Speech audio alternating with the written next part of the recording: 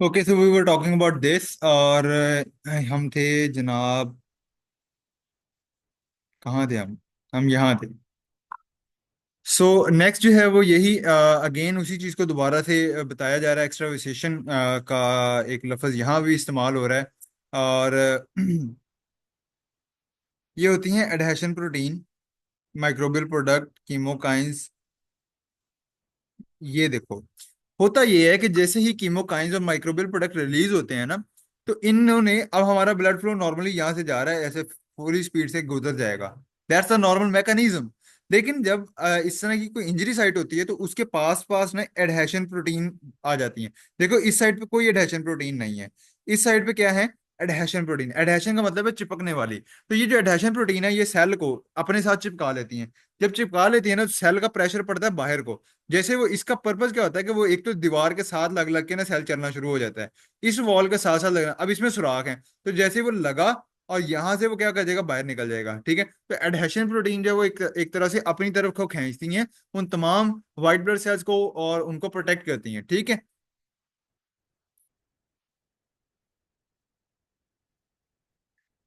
ये inflammatory mediator है। Neutrophil phagocytes मैंने आपको बताया था कि वो बेसिकली इन्वेड कर ले, वहां पे आते हैं और उनको कवर करते हैं। और फैगोसाइट करके यानी उनको छोटे छोटे पार्ट्स में डिवाइड हो जाते हैं। बेसिकली ये एक न्यूट्रोफिल आया, ये केमिकल थे। सॉरी, यहाँ से फर्ज कर ले ये इंजरी साइट है, या ये जो है ना अपना रेड रेड ऑरेंज ऑरेंज बने हुए हैं, ये थे इन्वेडर।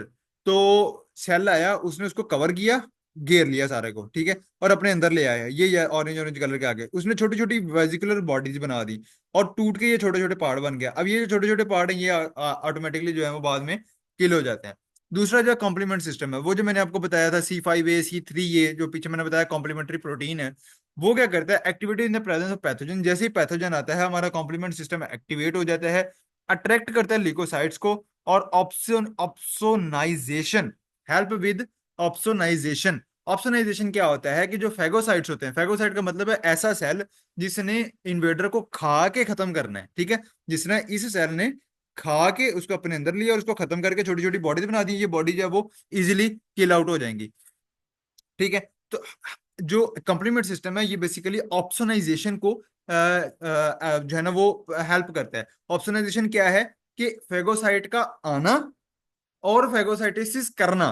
ठीक है। सेल का आना, ल्यूकोसाइट का आना और फेगोसाइटोसिस करना इज कॉल्ड ऑप्सोनाइजेशन। ठीक है। वो क्या करेगा? अब ये सेल है, ये पैथोजन को इसने अपने अंदर लेना है और इसको जो है ना अंदर लेके, अंदर करके इसको जो है इसके ऊपर ऐसे केमिकल डाइजेस्टिव एंजाइम रिलीज करेगा। वो डाइजेस्टिव एंजाइम इसको किल करके इसको क्या कर देंगे? खत्म कर देंगे।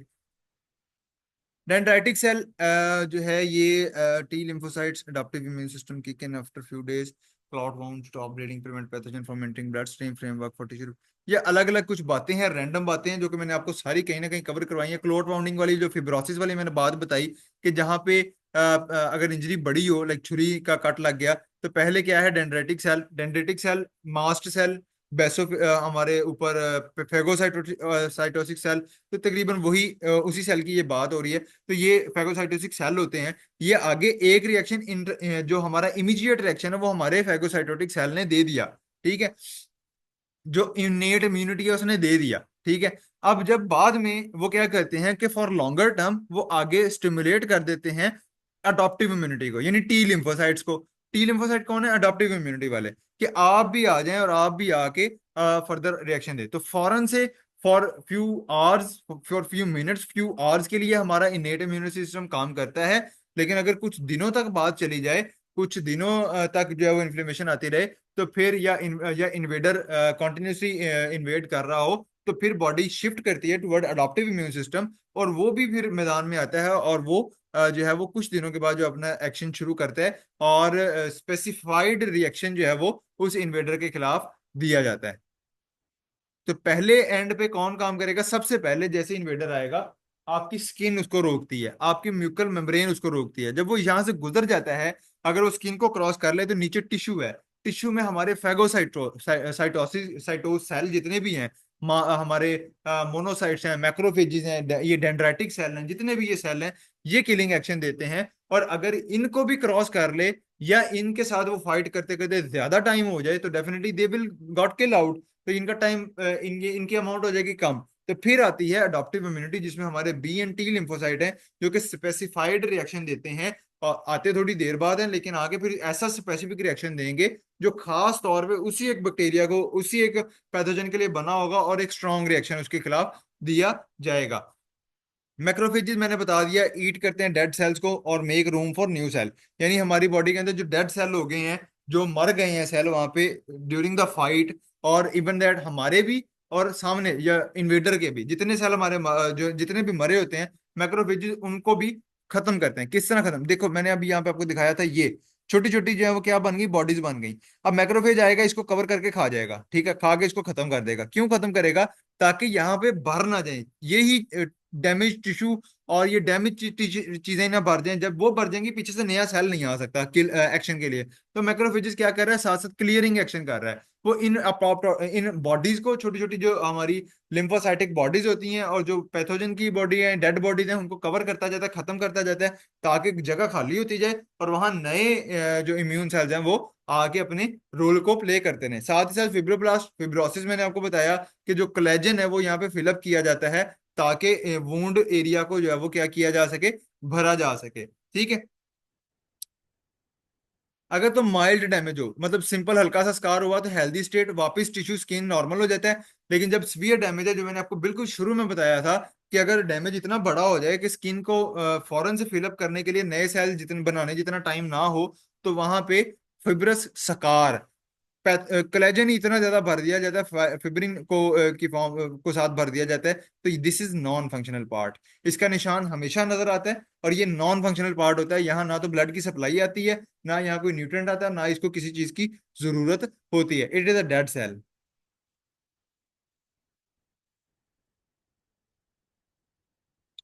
एक्यूट इन्फ्लेमेशन के शुरू में मैंने बताया था कि दो इवेंट होते हैं, vascular event and cellular event. Vascular event क्या होता है कि जिसके अंदर ब्लड फ्लो इंक्रीज हो जाता है, और बॉडी से जो है वो वेजो डायलेशन हो जाती है, ब्लड फ्लो इंक्रीज होकर ब्लड सेल जो है वो बाहर निकल के आते हैं। ठीक है। और ये होते हैं हमारे वस्कुलर इवेंट, और इसके अंदर पहले क्या है कि ब्लड फ्लो इंक्रीज होगा। दूसरा काम क्या है कि वस्कुलर परमिएबिलिटी, जो उनका सेल पोर साइज है वो बढ़ जाता है, ताकि सेल वहां से निकल के बाहर आ जाएं। Protein and fluid rich exudate, exudate का मतलब क्या, मैंने आपको बताया कि जो फ्लूइड ब्लड वेसल से बाहर आ गया है, वो क्या है आपका, एक्सुडेट है। और उसको आप कहते हो प्रोटीन एंड फ्लूइड, फ्लूइड भी आया, प्रोटीन भी है। ठीक है, प्रोटीन बहुत सारे प्लाज्मा प्रोटीन भी निकल आती हैं, केमिकल मेडिएटर भी निकलेंगे, वो भी प्रोटीन बेस्ड होंगे। ठीक है। तो वो क्या करवाएंगे, contraction of endothelial cell, direct injury to the endothelium, increase transcytosis. तो वो जो हमारे जो डैमेज सेल है, उसको जो डैमेज है उसको खत्म करेंगे, और जो रिपेयर इतना पोर्शन हो सकता है उसको रिपेयर करवाने की कोशिश करते हैं।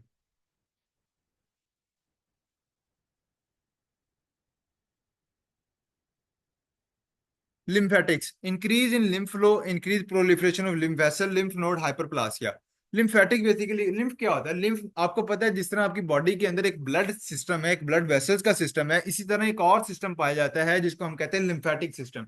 इसी तरह उसकी भी वेसल्स हैं, उसके भी जो है वो साइट्स होती हैं, उन लिम्फ नोड्स होते हैं जो कि इसके की पॉइंट्स होते हैं। Lymph lymph lymphatic system is for immune cells, white blood cells जितने भी हैं, उसके अलावा हमारे इम्यूनिटी वाले जितने भी सेल्स हैं, वो सारे के सारे ट्रेवल करते हैं थ्रू लिम्फेटिक सिस्टम। तो लिम्फ नो जब बहुत ज्यादा इन्फ्लेमेशन हो रही होती है, या इन्फ्लेमेशन की कंडीशन जहाँ पे होती है, तो वहाँ लिम्फ फ्लो बढ़ जाता है। उसकी जो प्रोलिफरेशन है, यानी नए से नए सेल्स जितने भी बनने हैं, वो बढ़ जाते हैं। और लिम्फ नोड हाइपरप्लासिया, हाइपरप्लासिया का मतलब है लिम्फ नोड। जिससे हमारी बॉडी के ऑर्गन होते हैं ना, यानी ब्लड वेसल्स किससे रिलेटेड है, हमारे डिफरेंट ऑर्गन्स के साथ अटैच है। इसी तरह जो लिम्फेटिक सिस्टम है उसकी नोड्स होती हैं, यह चौंक समझ लें, मतलब रोड है, बहुत सारे रोड चल रहे हैं, और एक चौक है।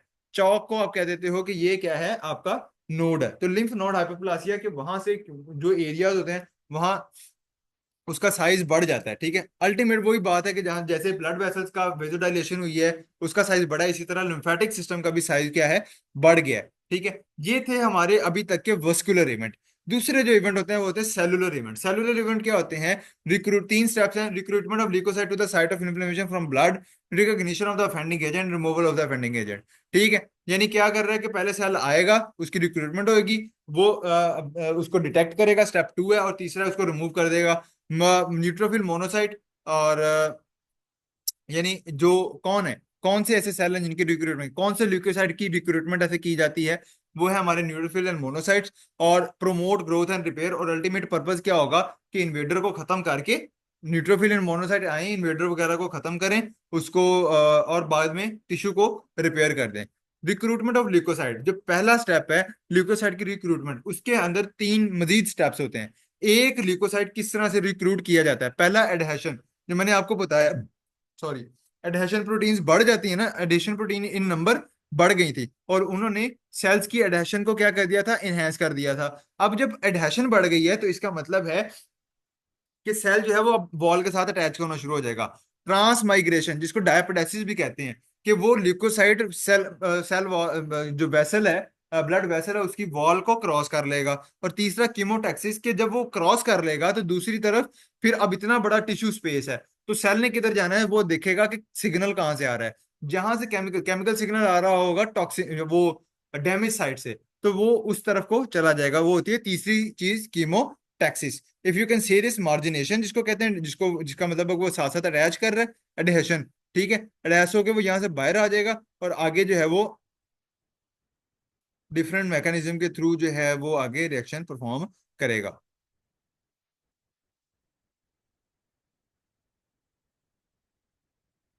ये डिफरेंट एडिशन मॉलिक्यूल के नाम लिखे हुए, पी कैम CD39 कोलेजिनेसिस, जो कि सेल को अटैच करने में, इस तरह अपने साथ अटैच करने में रोल प्ले करते हैं, ठीक है, तो वो उसमें आ जाएंगे। Chemotaxis, movement of leukocyte toward the site of inflammation according to chemical in the interstitial tissue, ये मैं आपको ऑलरेडी बता चुका हूँ। और ये कौन कौन से केमिकल होंगे ये हम ऑलरेडी पीछे पढ़ चुके हैं, ठीक है। Bacterial product, lipid peptide, bacteria जो भी इन्वेड किया है वो भी कुछ केमिकल रिलीज करता है, और कुछ हमारी बॉडी भी रिलीज करती है, ताकि जो हमारा केमिकल, जो हमारा प्रोटेक्टिव सेल है, जो हमारा इम्यून सेल है, वो उस साइड पे जा सके, ठीक है। तो वो उस साइड पे चला जाता है और फिर अपना एक्शन जो है वो परफॉर्म करता है।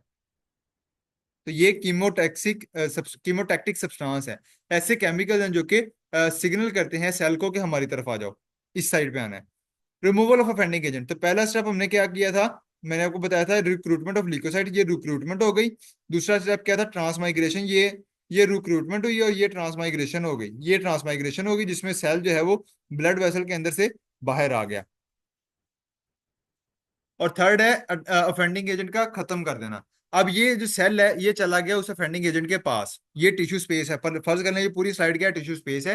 ये हमारा जो है व्हाइट ब्लड सेल है जो कि अभी अंदर से क्रॉस करके आया है, ये जाएगा और बैक्टीरिया के पास चला जाएगा। इस तरह इसके अंदर एक ग्रूव बनेगा, बैक्टीरिया अंदर आ गया, उसके इर्द गिर्द एक लेयर बना दी गई। अब लाइसोसोम आएगा, लाइसोसोम आके इसके साथ अटैच कर देगा, ये था फेगोसोम, ये आता लाइसोसोम। फेगोसोम क्या होता है, मेम्ब्रेन बाउंडेड बैक्टीरिया वेजिकल, ठीक है, यानी बैक्टीरिया अंदर आया, उसके इर्द गिर्द मेम्ब्रेन बाउंड करके एक वेजिकल बन गई, एक गुब्बारा बन गया, उसको फेगोसोम कहते हैं। लाइसोसोम हर सेल के पास होता है, जो कि एक किलिंग रिएक्शन परफॉर्म करता है, इसके अंदर डाइजेस्टिव एंजाइम होते हैं। ये और फेगोसोम आपस में मिले बना दिया फेगोलाइसोसोम। इसने पकड़ के जो केमिकल रिलीज करना है और अंदर ही अंदर, अब वेजल के अंदर ही उसको किल कर देना है। अब ये बन गया स्टेप 3, जो कि है किलिंग एंड डिग्रेडेशन हमारी, यानी कि स्टेप वाइज लिखा हुआ है, अटैचमेंट ऑफ ल्यूकोसाइट, ये अटैचमेंट हो गई। उसके बाद इनगल्फमेंट, ये इनगल्फ हो गया, सारा मिक्सअप हो गया।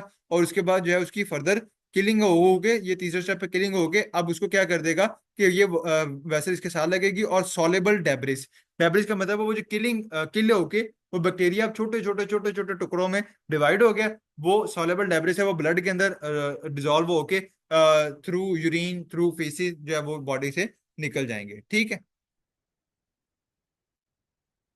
दो टर्म्स हैं, एक्सुडेट एंड ट्रांसड्यूकेट। एक्सुडेट है, ये होता है वास्कुलर परमेबिलिटी की वजह से, due to an imbalance between hydrostatic and osmotic. देखें, एक्सुडेट जब है वो कब होगा, जब आपकी वास्कुलर परमेबिलिटी बढ़ेगी और इसके अंदर प्रोटीन कंटेंट ज्यादा होगा, इसके अंदर व्हाइट ब्लड सेल्स का कंटेंट ज्यादा होगा, और इसकी स्पेसिफिक ग्रेविटी, ये भारी होता है। एक्सुडेट क्या होता है, भारी होता है, ठीक है। Clinically express as non pitting oedema, और ये नॉन पिटिंग एडिमा, एडिमा क्या होता है कि आपकी स्किन की स्वेलिंग हो जाना। नॉन पिटिंग एडिमा क्या होता है, पिटिंग एडिमा समझ लो, पिटिंग एडिमा क्या होता है कि ऐसी स्किन की स्वेलिंग होना कि जिस जब आप अपनी उसकी बंदे की स्किन को अंगूठे से प्रेस करो और अंगूठा उठा लो तो स्किन वापस अपनी जगह पे नहीं आती, इसको कहते हैं पिटिंग एडिमा। और ये अक्सर किडनी के पेशेंट्स के अंदर देखा जाता है कि जब उनकी स्किन को प्रेस किया जाता है, क्योंकि उनके अंदर वाटर उनके उसमें बॉडी से प्रॉपर निकल नहीं रहा होता, तो उसकी वजह से उनका जो वाटर है वो किस में आ जाता है, अंडर द स्किन आ जाता है, उसको पिटिंग एडिमा कहते हैं। एक्सुडेट, एक्सुडेट की वजह से नॉन पिटिंग एडिमा है। इन्फ्लेमेशन वाली साइड को जब भी दबाओगे वो तकरीबन नॉर्मल नॉर्मल अपनी लोकेशन पे वापस आ जाती है, उस तरह दबी नहीं रहती। ट्रांसड्यूकेट है, वो क्या होता है कि वो ऑस्मोटिक और हाइड्रोस्टैटिक प्रेशर के दरमियान फर्क, इसके अंदर प्रोटीन कम होगी और इसके अंदर सेलुलर मटेरियल होता ही नहीं है, क्योंकि द पर्पज इज नॉट कि यार बाहर कोई इन्वेडर बैठा है उसको जाके किल करना है, तो सेल जाएगा ही नहीं, प्रोटीन भी नहीं जाएंगी। क्यों हो रहा है, क्यों इस वजह से हो रहा है कि हाइड्रोस्टैटिक और ऑस्मोटिक फोर्सेस और हाइड्रोस्टैटिक प्रेशर के दरमियान में एक डिफरेंस आ जाए, अंदर वाला प्रेशर बाहर वाले प्रेशर से कम हो जाए, ज्यादा हो जाए, और वो जो है ब्लड जो वाटर है वो सारा का सारा किधर को निकल जाए, बाहर को। ऑस्मोटिक फोर्सेस क्या है कि वो तमाम की तमाम फोर्सेस जो ब्लड के अंदर पानी को रोक के रखती हैं, लाइक एल्ब्यूमिन। एल्ब्यूमिन की ऑस्मोटिक फोर्स होती है, वो पानी को ब्लड के अंदर रोक के रखती है। अगर ऑस्मोटिक फोर्स वीक हो जाए, हाइड्रोस्टैटिक फोर्स इंक्रीज हो जाए, तो पानी जो है वो ब्लड वेसल को क्रॉस करके into the extra interstitial space या टिश्यू स्पेस में चला जाएगा, और उसको कहते हैं पिटिकेडिमा। इसमें जब आप उस बंदे की स्किन को दबाओगे तो उसकी स्किन वापस से नहीं आएगी, as I just told you कि किडनी के पेशेंट्स के अंदर होता है। This is about acute inflammation. Next जो है वो होता है आपका क्रॉनिक इन्फ्लेमेशन।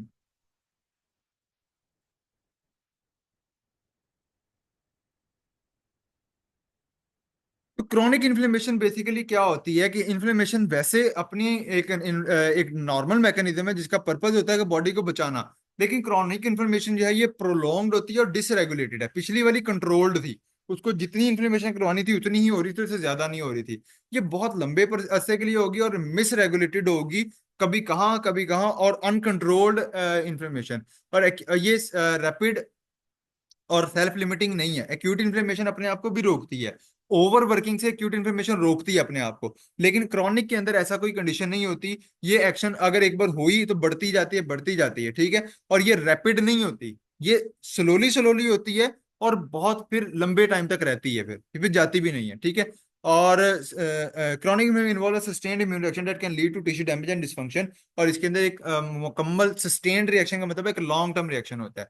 कॉजेज इसके क्या क्या हो सकते हैं? परसिस्टेंट इन्फेक्शन, बार बार इन्फेक्शन आई जा रहा है, एक बार इन्फेक्शन आया, इन्फ्लेमेशन हुई, फिर आया, फिर इन्फ्लेमेशन, फिर आया, फिर इन्फ्लेमेशन। तो बार बार जब इन्फ्लेमेशन हो रही है तो परसिस्टेंट इन्फेक्शन है, तो उसमें क्रॉनिक इन्फ्लेमेशन हो जाएगी। ऑटो इम्यून डिसऑर्डर, अब ऑटो इम्यून डिसऑर्डर आपकी बॉडी से इम्यूनिटी नहीं जा रही, कहीं नहीं जा रही, इम्यून सेल्स आपकी बॉडी के अंदर मौजूद है, हमेशा मौजूद है। अगर बॉडी के अंदर ऐसी कंडीशन आ जाए कि वो समझे कि ये फलां ऑर्गन जो है ये हमारा तो है ही नहीं, ये तो बाहर से आया है, लगे उसको इस तरह बॉडी के सेल के अंदर कुछ तरह का इशू आ जाए कि वो अपनी ही बॉडी को जो है वो इन्वेडर समझने शुरू कर दे, तो उसके खिलाफ कॉन्टिन्यूसली एक्शन करेगा। अब वो स्लोली स्लोली स्लोली स्लोली उस ऑर्गन को किल करता रहेगा, किल करता रहेगा, मारता रहेगा, सिग्नल भेजता रहेगा, समझता हुआ कि ये बाहर से आया है, ठीक है। ना तो ऑर्गन बॉडी से निकल रहा है, ना आपके व्हाइट ब्लड सेल निकल रहे हैं, तो दोनों ही अंदर हैं और दोनों लॉन्ग टर्म के लिए किलिंग एक्शन में इन्वॉल्व है। और अल्टीमेटली क्या होगा कि एक टाइम आएगा जिसके बाद वो ऑर्गन जो है वो कॉन्टिन्यूसली इन्फ्लेमेशन में चला जाएगा, क्रॉनिक इन्फ्लेमेशन की कंडीशन में चला जाएगा, जिस तरह के रोमाटॉइड आर्थराइटिस की मैंने एग्जांपल आपको दी। Prolong exposure to irritant, likewise infection, इसी तरह इरिटेंट की तरफ अगर प्रोलॉन्ग एक्सपोजर है तो वो भी आहिस्ता आहिस्ता आहिस्ता आहिस्ता थोड़ा थोड़ा थोड़ा थोड़ा इन्फेक्शन, थोड़ी थोड़ी इन्फ्लेमेशन करते रहेंगे, और लॉन्ग टर्म तक जब इन्फ्लेमेशन होती रहेगी तो इतनी ज्यादा वो हो जाएगी कि वो क्रॉनिक की शेप ले जाएगी। और ऐसे नॉन डिग्रेडेबल सब्सटेंसेस जिनको बॉडी डिग्रेड नहीं कर सकती, लाइक कोई बंदा किसी बंदे के जख्म हुआ और प्लास्टिक की कोई चीज बिल्कुल जर्रा सा भी अंदर चला गया, अब बॉडी जो मर्जी करे उस प्लास्टिक को खत्म नहीं कर सकती, तो बॉडी क्या करेगी, कॉन्टिन्यूसली उसको उसको समझ आता रहेगा यार बाहर से चीज आई है, मारता है, एक्शन देख करी जाएगी करी जाएगी करी जाएगी, किल वो हो नहीं रही, खत्म वो प्लास्टिक की का जर्रा हो नहीं रहा, लेकिन इन्फ्लेमेशन जो रिएक्शन है वो उसके खिलाफ कॉन्टिन्यूसली चल रहा है। तो इस तरह का जो कॉन्टिन्यूस रिएक्शन होता है वो शो करता है कि भाई आपका जो है ना इन्फ्लेमेशन है वो क्या है, क्रॉनिक और लॉन्ग टर्म है।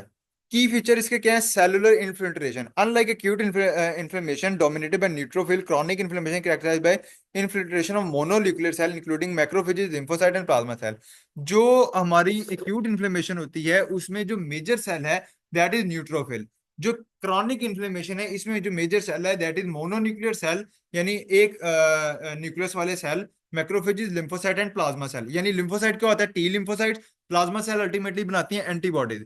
तो क्रॉनिक इन्फ्लेमेशन क्योंकि लॉन्ग टर्म है और लंबे अरसे तक चलती है, तो इसमें कौन आएगा लंबे अरसे तक? कौन आपको बचाता है? अडॉप्टिव इम्यूनिटी बचाती है ना।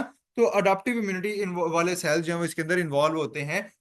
जो इंस्टेंट, क्योंकि कोई चीज नहीं है, ऐसा नहीं है कि फौरन जख्म हुआ और वो एक्यूट इन्फ्लेमेशन होगी, उसमें आपका न्यूट्रोफिल काम कर रहा है। लेकिन एक ऐसी कंडीशन है जिसमें कॉन्टिन्यूस इन्फ्लेमेशन हो रही है, एक दो तीन तीन 4 दिन बाद, वी जस्ट टॉक्ड अबाउट कि जब डेज पे बात चली जाती है तो फिर कौन सा अडॉप्टिव इम्यून सिस्टम आता है। तो सारे सेल भी कौन से आएंगे, adaptive immune system, mainly lymphocyte plasma cell, दोनों कौन है, अडॉप्टिव इम्यून सिस्टम वाले। Tissue destruction and repair, chronic inflammation की कैरेक्टरिस्टिक्स है कि इसके अंदर टिश्यू डैमेज लाजमी होता है और रिपेयर भी सिमुलेटेनियस, यानी एक ही टाइम पर टिश्यू डैमेज भी हो रहा है, सही भी हो रहा है, डैमेज भी हो रहा है, सही भी हो रहा है। बॉडी की कुछ सेल्स जो है उसको डैमेज करने में लगे हुए हैं और कुछ जो है उसको रिपेयर करने में लगे हुए हैं। और कॉन्टिन्यूसली जो है वो इन्फ्लेमेशन, इन्फ्लेमेटरी मेडिएटर का जो रिलीज है वो फिर fibrosis, scarring and loss of normal tissue architecture जो है वो करवा देता है।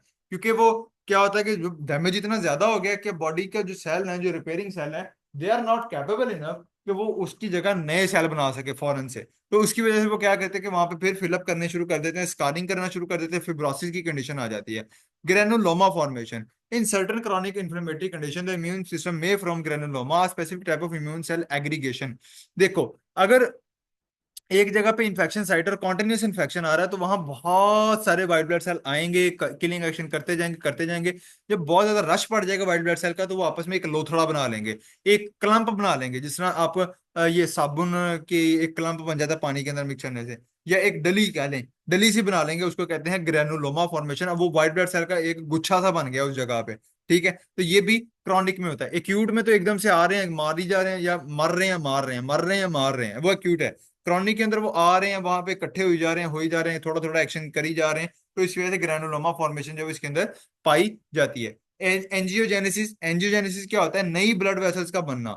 नई ब्लड वेसल क्यों बनी जाती है, देखें, जहां पे ब्लड वेसल्स इतने इकट्ठे हो जाएंगे, ब्लड सेल इतने इकट्ठे हो जाएंगे और एक एक्शन परफॉर्म हो रहा होगा, तो उस तरफ जो है वो एंजियोजेनेसिस जो है वो नए ब्लड सेल्स जो है वो ब्लड वेसल्स बनाई जाएंगी, ताकि वहां पे ऑक्सीजन और न्यूट्रिएंट की सप्लाई को यकीनी बनाया जा सके। यूजुअली ये कैंसर में होता है, कैंसरस सेल्स, क्योंकि जिस तरह वो भी कैंसरस सेल भी क्या होता है, एक लोथड़ा होता है, एक इकट्ठा क्लम्प ऑफ सेल्स होता है। तो जहां कैंसरस सेल मौजूद होते हैं, वो क्लम्प ऑफ सेल जो हैं वो बेसिकली वो सिग्नल करते हैं बॉडी को नई वेसल बना दें, ताकि उनकी एनर्जी डिमांड पूरी की जा सके। तो बहुत सारी मेडिकेशन इस तरह की भी होती हैं जो कि नई ब्लड वेसल्स को बनने से रोकती हैं, और ताकि जो कैंसर सेल हैं, ये जो इस तरह के क्लम्प बन गए हैं, उनको कोई न्यूट्रिएंट प्रोवाइड ना किया जाए और अल्टीमेटली वो क्या हो जाए, डाई कर जाए। इन्फ्लेमेटरी और कीमोकाइंस के ऊपर हम ऑलरेडी बात कर चुके हैं, या पढ़ लीजिएगा, आपको समझ आ जाएगी। रिएक्टिव ऑक्सीजन स्पीशीज जो है ये बेसिकली ये भी प्रोलॉन्ग इन्फ्लेमेशन जो है वो लीड करती है टुवर्ड रिएक्टिव ऑक्सीजन स्पीशी, जो कि ऑक्सीडेटिव स्ट्रेस और टिश्यू डैमेज की तरफ लेके चलती है। यानी जिस तरह हमारे बहुत सारे किलर किलर ऑप्शन है ना, लाइक ब्लड सेल्स और केमिकल रिलीज हो रहे हैं, उसके साथ ही रिएक्टिव ऑक्सीजन स्पीशी भी रिलीज होती है। क्लिनिकल मैनिफेस्टेशन इसके ऊपर बहुत ज्यादा बताने की जरूरत नहीं है, यू ऑलरेडी नो कि पेन होगी, डिस्कम्फर्ट होगा, स्वेलिंग, डिफॉर्मिटीज, ऑर्गन डिस्फंक्शन इसके अंदर कॉमन है। उसके अंदर ऑर्गन डिस्फंक्शन नहीं है इतना एक्यूट के अंदर, लेकिन ऑर्गन डिस्फंक्शन इज ये टिश्यू डिस्ट्रक्शन जो है एक वाइडर लेवल की, वो एक करेक्टरिस्टिक साइन है क्रॉनिक इन्फ्लेमेशन का।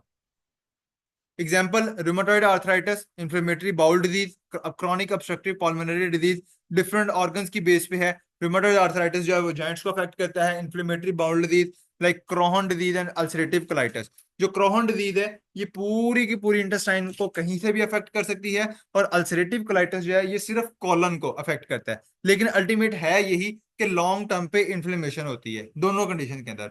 और सीओपीडी ये लंग्स की इन्फ्लेमेशन है। तो ऑर्गन वाइज उनके डिफरेंट नाम है। ग्रेनुलोमा मैं ऑलरेडी आपको बता चुका हूं कि ये व्हाइट ब्लड सेल्स का एक क्लम्प होता है, एक गुच्छा होता है, और वो रिएक्शन उसके खिलाफ जो है वो परफॉर्म करते हैं। Phagocytosis, recognition and attachment. Phagocyte recognize pathogen through various receptor on their cells.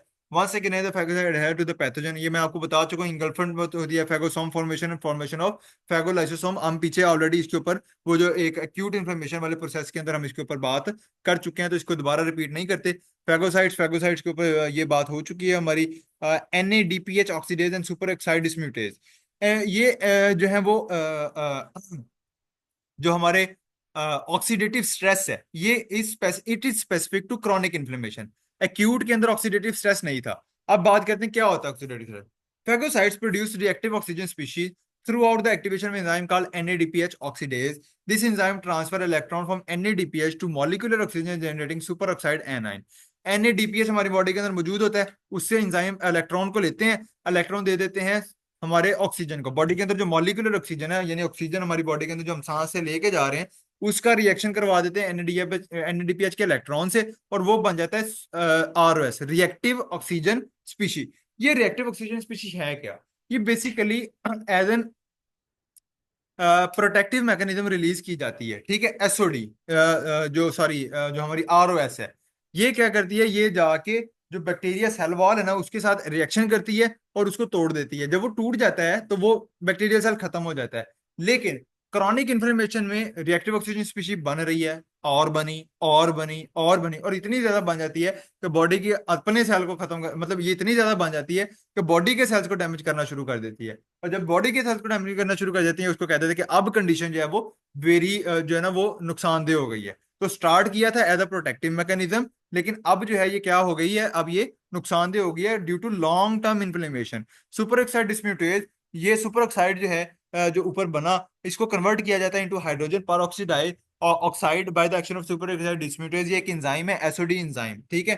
तो जो ऊपर सुपर ऑक्साइड एनाइन बना, ये O2 माइनस बना, इसको कन्वर्ट किया जाता है इनटू हाइड्रोजन पर और हाइड्रोजन पर जो वो फिर आगे वो भी इसी तरह किलिंग एक्शन परफॉर्म करता है। आरओएस का मकसद क्या है? सुपर ऑक्साइड भी और हाइड्रोजन पर भी, ठीक है, दोनों ही have antimicrobial property and contribute to destruction of engulf pathogen. They can damage microbial cell, membrane, protein and nucleus. मैंने ऑलरेडी बताया क्यों रिलीज होते हैं, ताकि बैक्टीरिया वगैरह को किल किया जा सके। लेकिन लॉन्ग टर्म के लिए जब बॉडी के अंदर अगर ये रह जाएं तो ये फिर बहुत ज्यादा और नुकसान भी कर सकते हैं। वही चीज दोबारा बना के एक्सप्लेन की गई है कि एनएडीपी से एनएडीपी, उसने अपना हाइड्रोजन रिलीज किया, इलेक्ट्रॉन रिलीज कर दिए, O2 बन गया, O2 नेगेटिव इलेक्ट्रॉन को एक्सेप्ट करके O2 आगे H2O2 में कन्वर्ट हो गया, यानी हाइड्रोजन पर ऑक्साइड, और हाइड्रोजन पर ऑक्साइड जो है वो आगे कन्वर्ट हो सकता है इनटू सुपर ऑक्साइड, और दोनों ही जो है वो आगे अगेंस्ट द बैक्टीरिया और पैथोजन जो है वो एक्शन परफॉर्म करते हैं और किल करते हैं।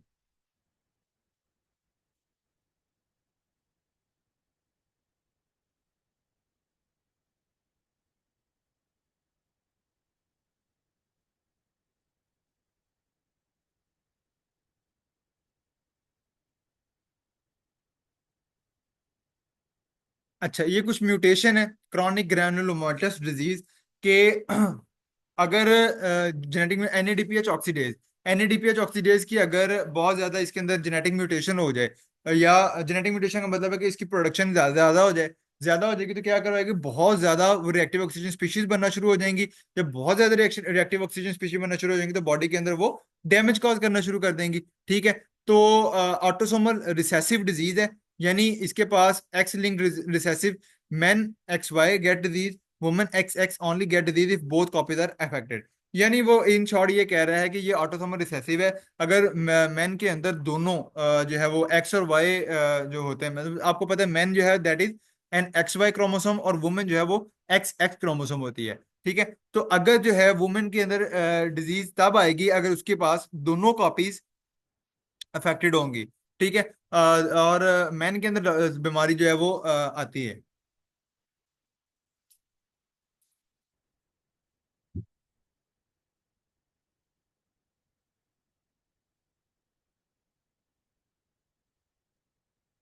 अच्छा, अगर ये लेस फंक्शनल हो जाए, यानी एनएडीपीएच प्रॉपरली काम ना करे, तो ऑक्सीजन नहीं बनेगी, ऑक्सीजन के इलेक्ट्रॉन, सॉरी, रिएक्टिव ऑक्सीजन नहीं बनेगी। जब वो नहीं बनेगी, यानी एक कंडीशन है ज्यादा प्रोड्यूस होना, ज्यादा में भी नुकसान है, कम होगा तो वो किलिंग एक्शन नहीं दे पाएगा। जब किलिंग एक्शन नहीं दे पाएगा तो रेस्पिरेटरी जो सॉरी हमारा जो जो एक इम्यूनिटी रिएक्शन है वो इसके थ्रू जो है वो नहीं दिया जा सकेगा, ठीक है।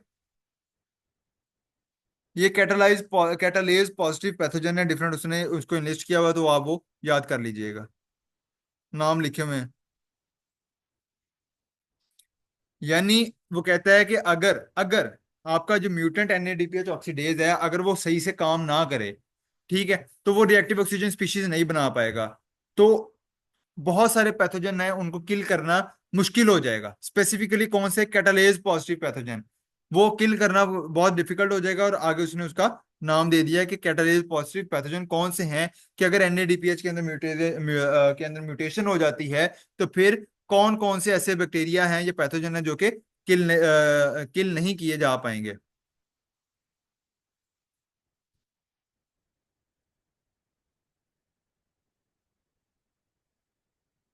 लास्ट स्लाइड है।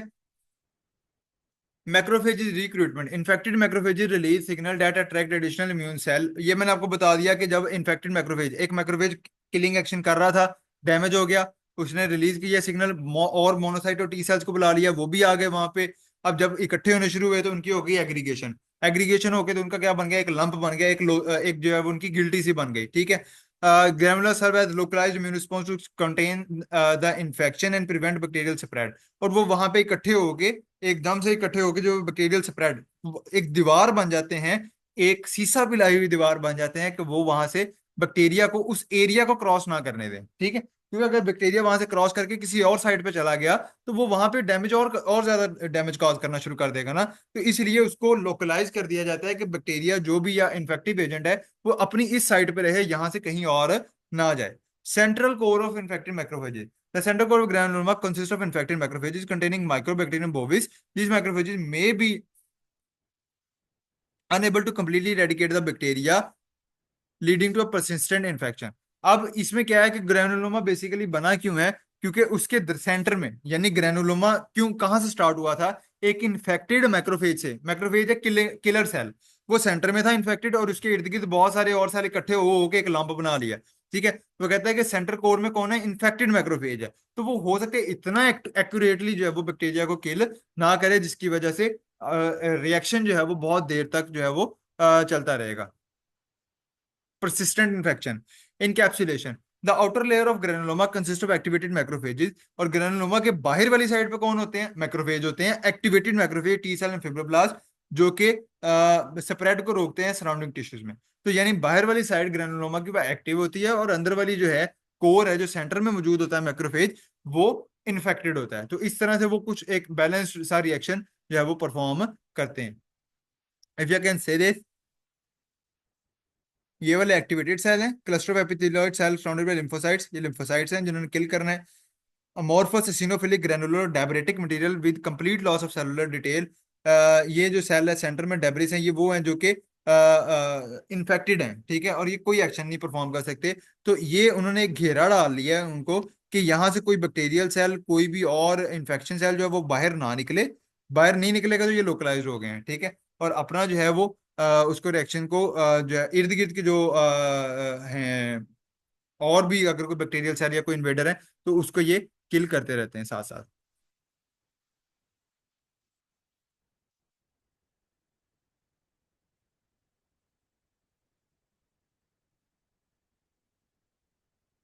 ये जो जियांट सेल है ना, ये बड़ा सा सेल, ये मैक्रोफेज है, ठीक है। जियांट सेल कहते हैं मैक्रोफेज को। ठीक है, that was all about chronic inflammation. हमने ओवरऑल 3 टॉपिक आज कवर किए हैं। पहले लेक्चर के अंदर हमने पहले इन्फ्लेमेशन की बात की, फिर हमने एक्यूट इन्फ्लेमेशन की बात की, फिर क्रॉनिक की बात की। That was all about today. Thank you so much for bearing me for 2 hours. Allah Hafiz.